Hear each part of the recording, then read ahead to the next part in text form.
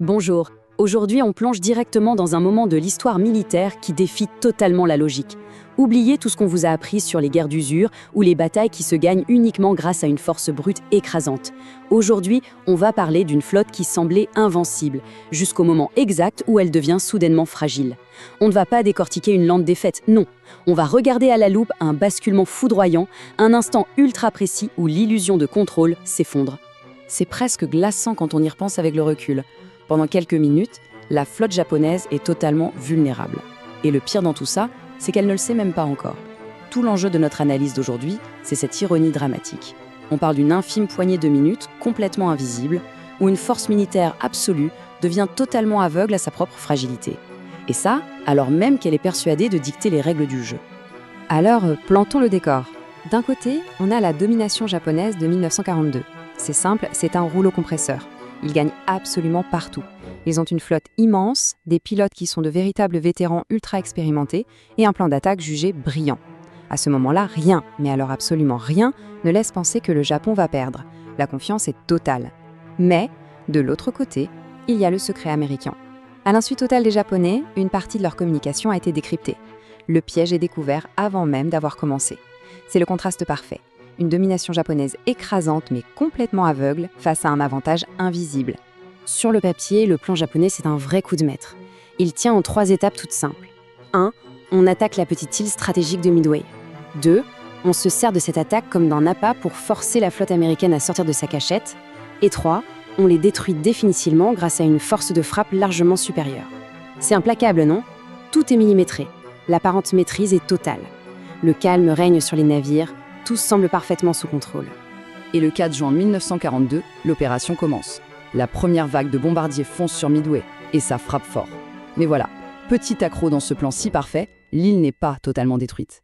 La piste d'atterrissage est encore fonctionnelle, elle reste une menace.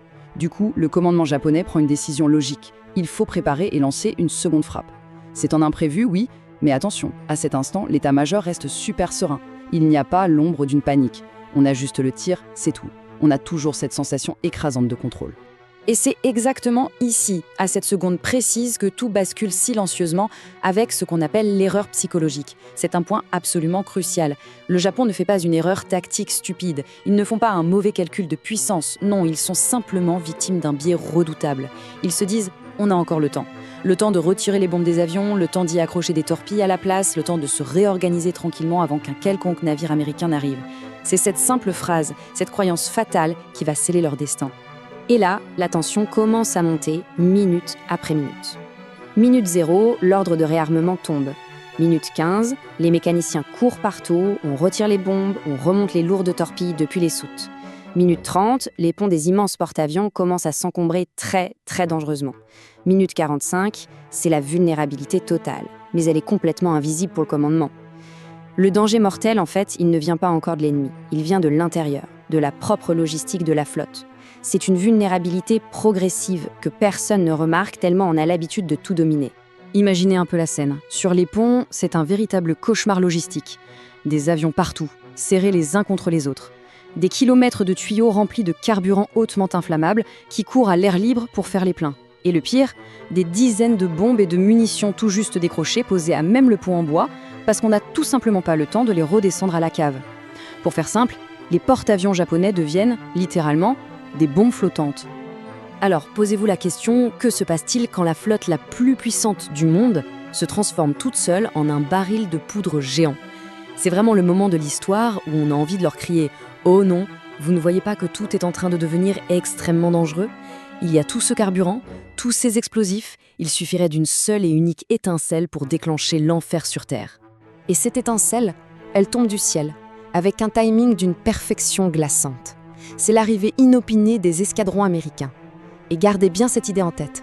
Le problème majeur pour le Japon, ce n'est pas l'attaque américaine avec ses avions, c'est le moment exact où elle arrive.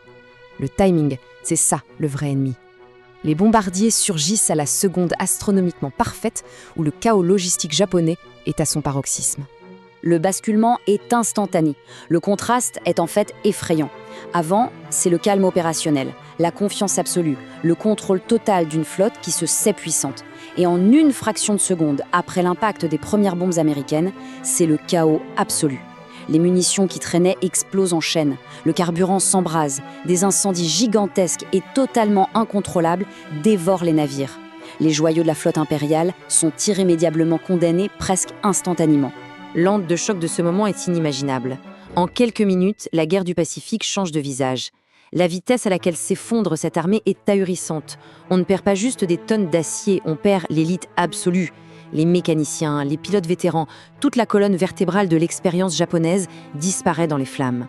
Le rapport de force de la Seconde Guerre mondiale vient de basculer, sans retour en arrière possible. 5 petites minutes.